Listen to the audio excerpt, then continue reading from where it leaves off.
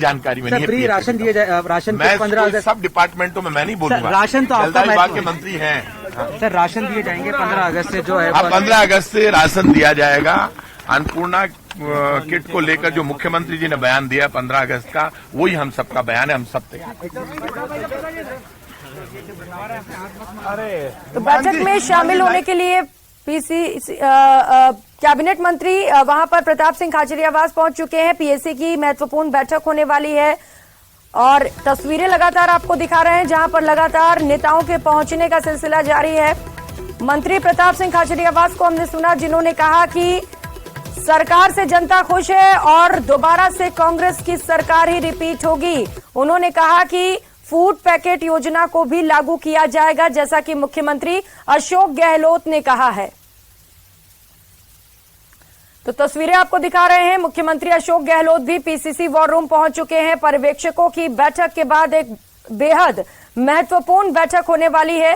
PSC की बैठक होगी। बाबूलाल सेवगी हमारे साथ जुड़ चुके हैं। बाबूलाल, लगातार हम नेताओं को सुन रहे हैं जो पहुंच रहे हैं बैठक के लिए।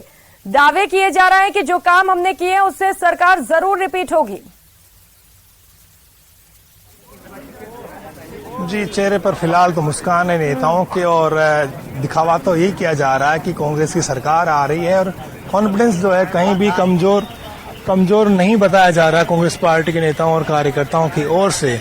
एक एक करके और नेता आ रहे हैं और बैठक में भाग लेने के लिए जा रहे हैं और आदिवासी अंचल के नेता पहुंचे हैं इस वक्त। और अभी जो है पहली जो बैठक है वो ऑब्जर्वर्स की है, उसके बाद में पॉलिटिकल अफेयर कमेटी की बैठक होगी।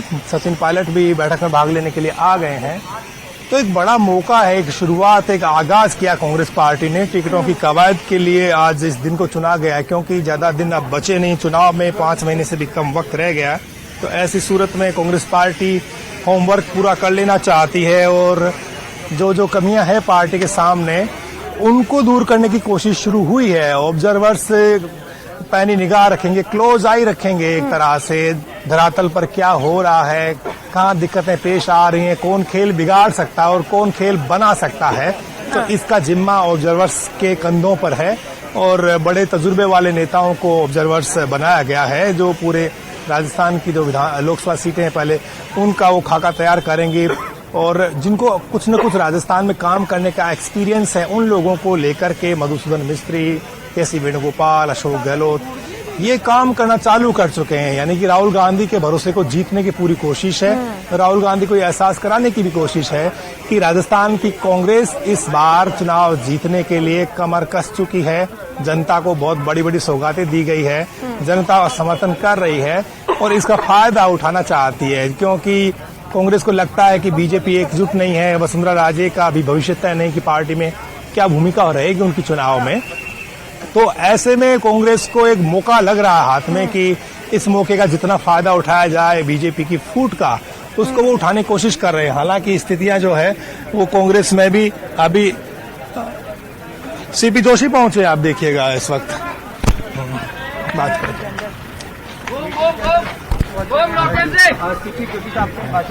और लालचंद कटारिया भी आए हैं। सर, इम्पोर्टेंट मीटिंग है सर, इम्पोर्टेंट मीटिंग है। आप देखिए सीपी जोशी साहब जो है वो हमने मीडिया से बात की। आप तो बोल जाइए, इम्पोर्टेंट बैठक है सर आज। आके बताते हैं। तो देखिए आके बताते हैं, पहले बैठक में भाग लेंगे उसके बाद में ही आकर के नेता बताएंगे क्योंकि बड़ी महत्वपूर्ण बैठक है। और सीपी जोशी जो है बहुत तजुर्बे वाले नेता हैं और राहुल गांधी के साथ काम कर चुके हैं। कई राज्यों का जिम्मा संभाला उन्होंने कांग्रेस के महासचिव पद पर रहते हुए, तो वो भी अपनी बात कहेंगे।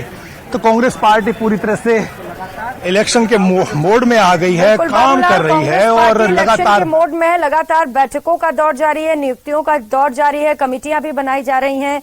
कुछ नेता अभी फिलहाल नहीं बोल रहे हैं, कह रहे हैं आके बताएंगे। लेकिन जिन नेताओं को हमने सुना, चाहे वो कृष्णा पुनिया हो या खाचरियावास को भी हमने सुना, जिस तरीके से वो योजनाएं गिना रहे हैं लगातार, एक बात साफ है कि बीजेपी पर निशाना साधने से ज्यादा, बीजेपी को घेरने से ज्यादा जो योजनाएं, जो काम किए गए हैं सरकार द्वारा, उसे लेकर मैदान में उतरेगी कांग्रेस। जी देखिए, अशोक गहलोत की कोशिश यही है कि ये चुनाव मोदी वर्सेस गहलोत नहीं होना चाहिए। अगर ये आमने सामने का चुनाव हो गया तो फिर मुश्किलें पेश आ सकती हैं अशोक गहलोत के, इसलिए वो मोदी के ऊपर, पीएम मोदी के ऊपर मौके बेमौके पर आक्रमण तो करते हैं, लेकिन वो ज्यादा प्रचार अपनी योजनाओं का करते हैं। इससे जनता के बीच में संदेश जाए कि सरकार चुनावी जो सफलताएं, जो उनकी योजनाएं हैं, उनके दम पर चुनाव जीतने की कोशिश करेगी, न कि मोदी के ऊपर अगर आक्रामक रुख अख्तियार करेगी कांग्रेस पार्टी तो फिर बीजेपी का जो कार्यकर्ता है वो बहुत ज्यादा आक्रामक हो जाएगा और कांग्रेस पार्टी को इससे नुकसान हो सकता है। लिहाजा अपनी योजनाओं के दम पर जनता के बीच में घर घर जाकर और सबसे संपर्क करके एक माहौल को, एक फिजा को अपने पक्ष में करने की जो कवायद शुरू करी है, उसी पर ज्यादा एतबार है। प्रशांत बैरवा आए हैं, बात करते हैं कि वो क्या कहते हैं। पॉलिटिकल अफेयर्स कमेटी में प्रशांत बैरवा निवाई के विधायक हैं, उनसे बात करते हैं। प्रशांत बैरवा, कितने कॉन्फिडेंट हैं आज जब बैठक होगी, आप क्या राय देंगे? देखिए, हमारी सरकार ने बहुत अच्छा काम किया है। आई थिंक जो 90% हमने जो घोषणाएं थी, चुनावी घोषणा थी, मैनिफेस्टो में थी, आई थिंक पूरी किए। हम प्रोफेशनली इलेक्शन में उतरने जा रहे हैं और आलाकमान हमारे साथ है। हमने अच्छी योजनाएं दी है, तो मैं समझता हूँ कि हमें रिपीट करने में इसमें कोई दिक्कत नहीं आई। जनता कह क्या रही है? आप धरातल की आवाज सुनकर के आ रहे होंगे, आवाज क्या आ रही जनता से? देखिए, हमने महंगाई जो भाजपा ने करी है उसको हमने कम करने की कोशिश। रामेश्वर डूडी कुछ बोल रहे हैं। हमने जो 4.5 साल में जो फ्लैगशिप योजनाएं लेके आए वो धरातल तक पहुंची है और इन योजनाओं का आम लोगों में एक बहुत बड़ा उत्साह है और इसी को लेकर हम चर्चा करेंगे किस तरीके से चुनाव का मैनेजमेंट करना है, किस तरीके से हमें जो चुनाव के अंदर जाना है, किस तरीके से जो हमारे जो कार्यकर्ता है उनको किस तरीके से बुस्टअप करना है। रामेश्वर डूडी की क्या भूमिका रहेगी पूरे विधानसभा चुनाव में, रणनीति में क्या भूमिका रहेगी, चुनाव लड़ने में कहाँ से चुनाव लड़ेंगे? देखो, ये हमारा सबका ध्येय और लक्ष्य है कि आने वाले 2023 के चुनाव जो है हमारा टारगेट है। हमने 5 साल के अंदर जो 4.5 साल में, इन 4.5 साल में हम एक दिन घर पे नहीं बैठे, चाहे कोरोना का कार्यकाल हो, चाहे और कोई काम हो, उसमें हमारा सबका एक ही था कि हमें वापस कांग्रेस को रिपीट करनी है। और राहुल गांधी जी ने जिस तरीके से पद यात्रा करी थी कन्याकुमारी से कश्मीर तक, उसमें करीब 450 किलोमीटर जो है राजस्थान के अंदर यात्रा चली थी। उस यात्रा का राजस्थान के अंदर बहुत बड़ा फायदा होगा, क्योंकि उस 450 किलोमीटर में राहुल गांधी ने जो कार्यकर्ता थे उनको बूस्टअप, उनको एक नई ऊर्जा, एक नया ताकत देने का काम किया और एक संदेश दिया, एक संकल्प दिया। उसी संदेश और संकल्प को लेकर हम गांव ढाणी खेत खलियान तक गए, हम वार्ड और कस्बे तक गए, उनमें राहुल गांधी जी के संदेश पहुंचाने का काम हमारे कार्यकर्ताओं ने एकता और संगठन से किया और उसका फायदा 2023 के अंदर मैं पूरा दावे के साथ में कह सकता हूं कि प्रदेश की जनता ने मन बना लिया और प्रदेश की जनता एकता और संगठन से वापस भारी बहुमत से राहुल गांधी जी के सपनों को साकार कर, इस हाथ को मजबूत कर और राजस्थान में कांग्रेस की सरकार रिपीट करें। रामेश्वर डूडी की क्या भूमिका रहेगी, कहाँ से चुनाव लड़ेंगे? देखो, मैं बताऊं आपको, अभी बैठ के हमारे जो आला कमान है वो बैठ के सभी नेताओं का तय करेंगे किसको कहाँ से चुनाव लड़ना है, किसको क्या जिम्मेवारी देनी है। पार्टी जो नहीं ये भी कह देती है कि नहीं भाई आपको चुनाव नहीं लड़ना है, आपको ये काम करना है, तो पार्टी का आदेश सर्वोपरि है। पार्टी के नेता जिस तरीके से आदेश देंगे उस आदेश की पालना हम करें। हनुमान बेनीवाल के ऊपर आपने निशाना साधा कि वो सबसे बड़े, उनकी जो पार्टी है वो सियासी ठग है। देखो, मैं बताऊं आपको कि जिस तरीके से राजस्थान के अंदर थर्ड फ्रंट का कोई लेना देना नहीं है। मैंने ये बात करी थी, जिस तरीके से आरएलपी के नेता हैं, आरएलपी के जो लोग हैं वो समाज को बांटने का काम कर रहे हैं, समाज के अंदर जो यूथ है उनको भटकाने का काम कर रहे हैं। तो इस बात को सोचना पड़ेगा, क्योंकि आरएलपी जो है वो भी जो है, हनुमान बेनीवाल जी की बात करो, वो किसानों के नेता हैं, गांव और ढाणी से आते हैं, लेकिन उनको अपना सोच बदलना पड़ेगा। हमें आम आदमी की सबसे बड़ी जरूरत आज प्रदेश के जवान की जो है वो रोजगार की है। हमने 4.5 साल के अंदर उस जवान को रोजगार देने का काम किया है। हमने रोजगार मेले लगाए, आम आदमी को रोजगार देने का काम किया कि सबसे बड़ा जो काम है वो प्रदेश के जवान को सही रास्ते पे जो ना लाना और सही रास्ते पे लाके उसको रोजगार देना, ये हमारा ध्येय और लक्ष्य था। हम इसमें कामयाब हुए। आने वाले समय के अंदर कोई भी राजनीतिक पार्टियां हैं, उन राजनीतिक पार्टियों को बैठ के आम जन की भावनाओं की कदर करनी पड़ेगी। बिल्कुल आम जन की भावना की तो राजनीतिक पार्टियों को आम जन की भावनाओं की कद्र करनी होगी। रामेश्वर डूडी को हम सुन रहे थे। लगातार पर्यवेक्षक की बैठक को लेकर नेताओं के पहुंचने का सिलसिला जारी है। बेहद महत्वपूर्ण बैठक होने वाली है। नेताओं की ओर से बयान भी सामने आ रहे हैं जो इस बैठक में शामिल होने के लिए पहुंच रहे हैं। सुनाते हैं क्या कुछ कहा है नेताओं ने। कांग्रेस पार्टी कैसे मजबूत हो, किस तरह हम चुनाव में जनता के बीच में जाएं, उन तमाम मुद्दों पर जो चर्चा होगी उसी के संबंध में मीटिंग है।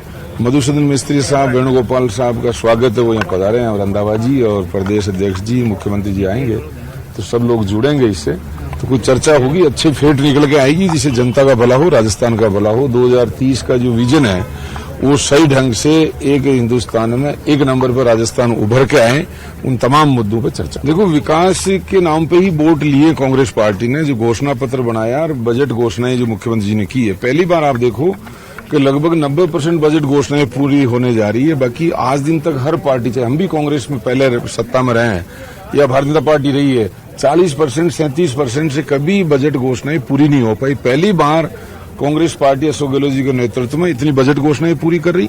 वो तमाम जो काम राजस्थान सरकार ने किए हैं उनको लेकर हम जनता के बीच में जाएंगे और निश्चित तौर पर जनता उन बातों को सुनेगी और कांग्रेस की सरकार वापस सत्ता में आएगी। आज जनता खुले तौर पे ही कह रही है कि कांग्रेस की सरकार बन रही है और ये अब हमारी जिम्मेदारी बन जाती है कि हम सब मिलकर एकजुटता के साथ और जितनी भी योजनाएं हम लेकर आए हैं, जो इम्प्लीमेंट हमने किया है, उनको हम जनता के बीच में लेकर जाएं और निश्चित तौर पर मुझे लगता है कि जनता उसे सुनेगी और हम तालमेल के साथ आगे बढ़ेंगे और सरकार लेकर आएंगे। आए हुए हैं तो हमारे संगठन की मीटिंग है और अभी उसमें क्या विशेष रहेगा ये तो मीटिंग के बाद ही पता लगेगा। कि रंधावा जी हैं, केसी वेणुगोपाल जी हैं, सभी यहाँ पर सीएम साहब और जो कमेटी के सदस्य हैं वो सभी यहाँ पर पदाधिकारी मौजूद रहेंगे और क्या निर्णय होगा ये तो मीटिंग के बाद ही पता लगेगा। प्रदेश में माहौल बहुत अच्छा है और आपने देखा कि महंगाई राहत कैंप लगने के बाद में बीजेपी के अंदर बौखलाहट है, नए नए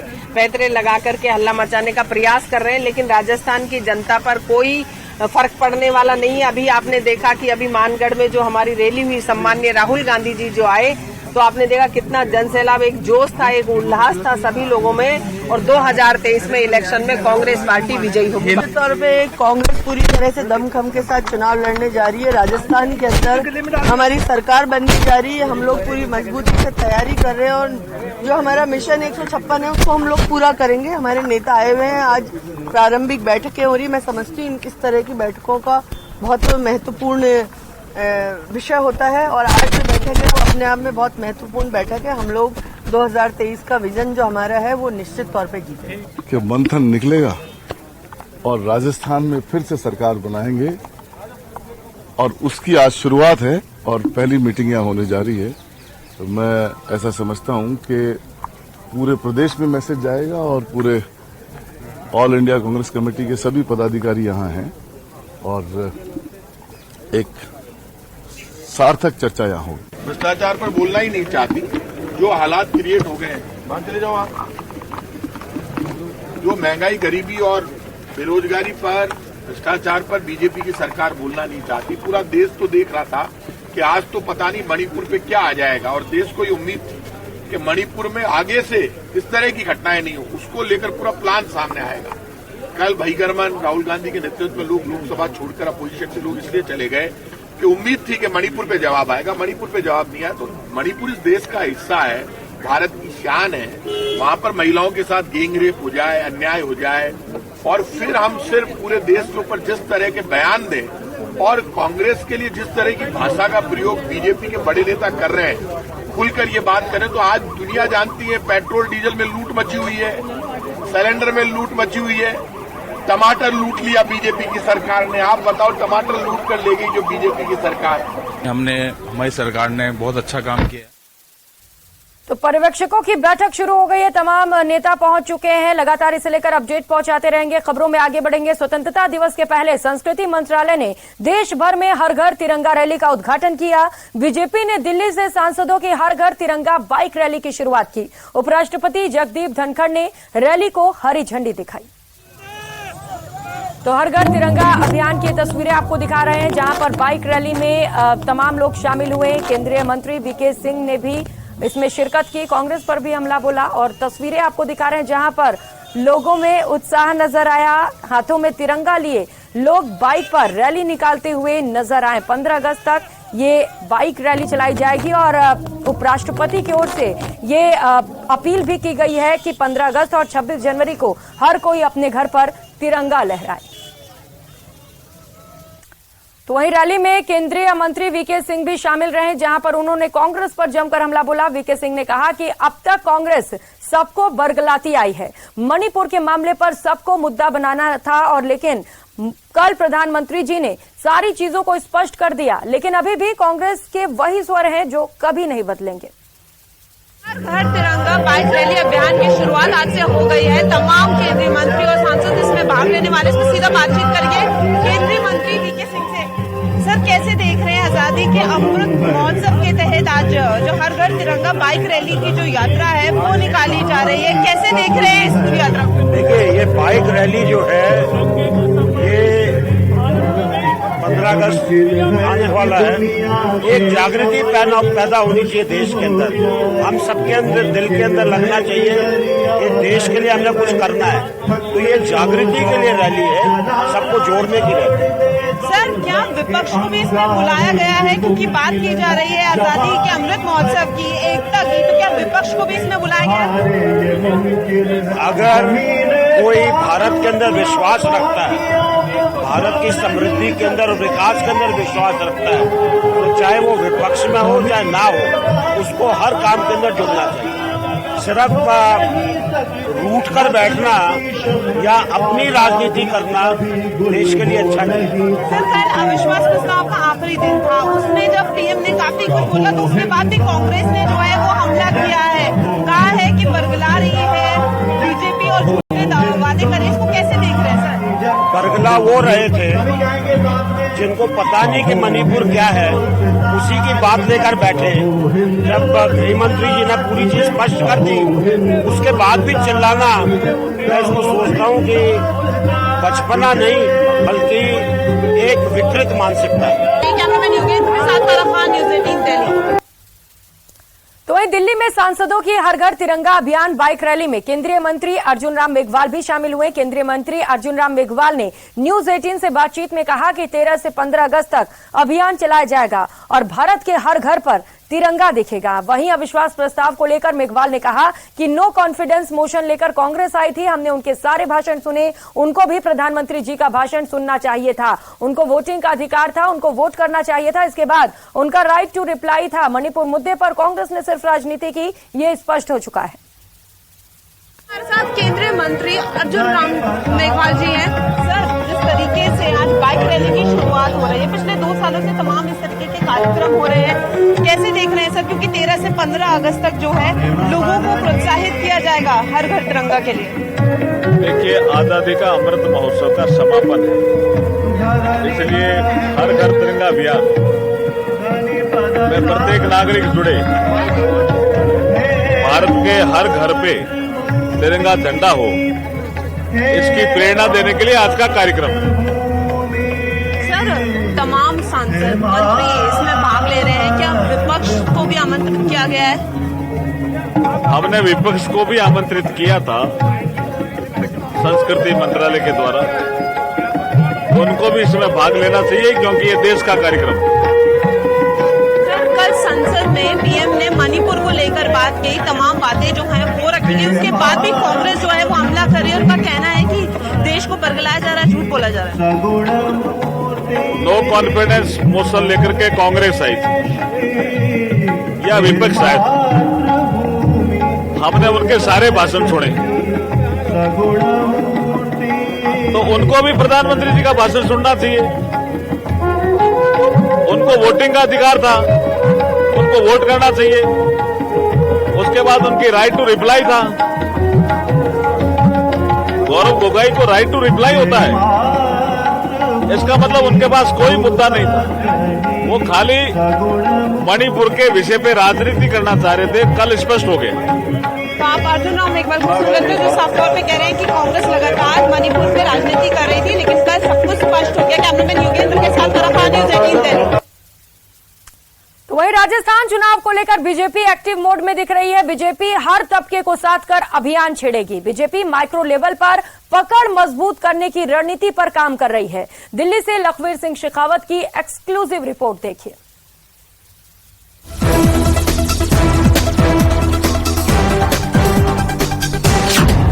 मिशन राजस्थान, बीजेपी का बड़ा प्लान।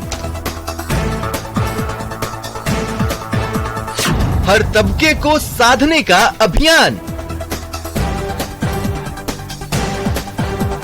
SC, ST, युवा, किसान। माइक्रो लेवल तक पकड़ बनाने का प्लान। राजस्थान विधानसभा चुनाव के रण में जीत का कमल खिलाने के लिए Bharatiya Janata party micro level पर अपनी पकड़ मजबूत बनाने की रणनीति पर काम कर रही है। लिहाजा भारतीय जनता पार्टी अपने सभी मोर्चों के जनप्रतिनिधियों का सम्मेलन राजस्थान के अनेक हिस्सों में आयोजित करने वाली है, जिसका उद्देश्य है कि चुनावी साल में सभी जातियों और तबकों के बीच अपनी पहुंच बनाई जा सके और अपने कुनबे को विस्तार दिया जा सके। राजस्थान में चुनावी बिसात बिछ गई है। बीजेपी कांग्रेस दोनों रणनीति बनाने में और अभियान छेड़ने में लगे हैं।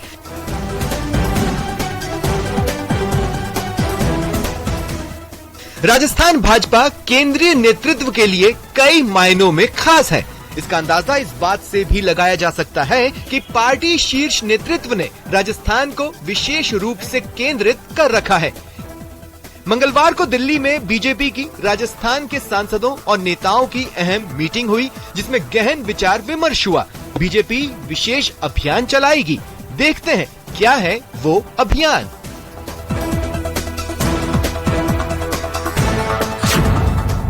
प्रत्येक मोर्चे और तबके से जुड़े जनप्रतिनिधियों का सम्मेलन होगा। प्रदेश के अनेक स्थानों पर होंगे सम्मेलन। युवा, किसान, SC, ST, OBC, महिला और अधिवक्ताओं के सम्मेलन होंगे। भाजपा के वर्तमान और पूर्व सरपंच स्तर से लेकर सांसदों का सम्मेलन होगा। प्रदेश और केंद्रीय नेता मार्गदर्शन देंगे।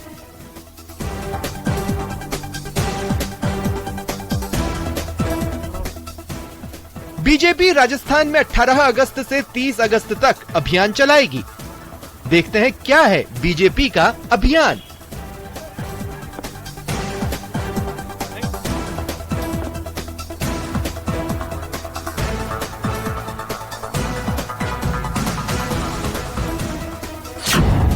अठारह अगस्त को उदयपुर में ST मोर्चा जनप्रतिनिधियों का सम्मेलन होगा। 26 अगस्त को जयपुर में अधिवक्ताओं का होगा सम्मेलन। महिला मोर्चा जनप्रतिनिधियों का सम्मेलन अजमेर में होगा। किसान मोर्चा जनप्रतिनिधियों का सम्मेलन नागौर में होगा और युवा मोर्चा और SC मोर्चा जनप्रतिनिधियों का सम्मेलन जयपुर में होगा।